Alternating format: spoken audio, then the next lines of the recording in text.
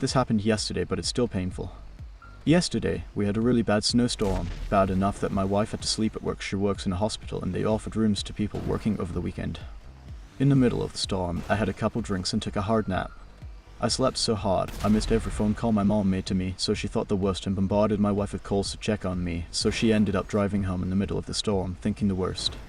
When she got home and saw that I was fine, she screamed at me. That's one of the worst times I've ever heard her yell at me. I tried to calm her down. After all, I didn't really do anything bad except not hear my phone.